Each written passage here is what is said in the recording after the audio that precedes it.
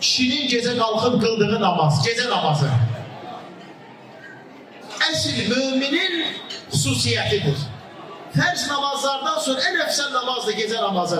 Allaha həmd olsun ki, artıq qış fəslindəyik. Gecələr uzanır, gündüzlər qısalır.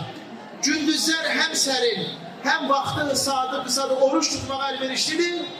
Gecələr isə uzundur.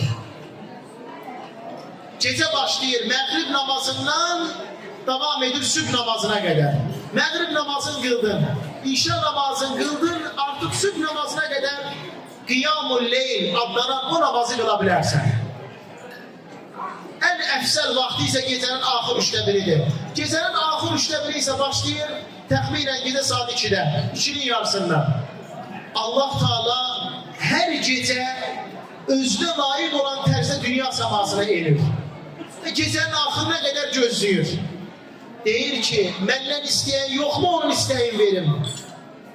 Məndən bağışlanma istəyən yoxmu onu bağışlayayım? Mənə dua edən yoxmu onun duasını qəbul edim?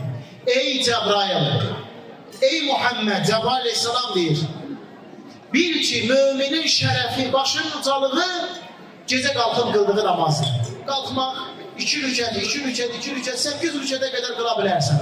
Lap axırda isə vitr namazını qılırsan. Allah Teala həm Rəhmanın bəndələri haqqında danışanda, həm əsl müminlər haqqında danışanda onların gecənin bir hissəsini yatıb, qalan hissəsini oyaq olmaqdan danışırlar.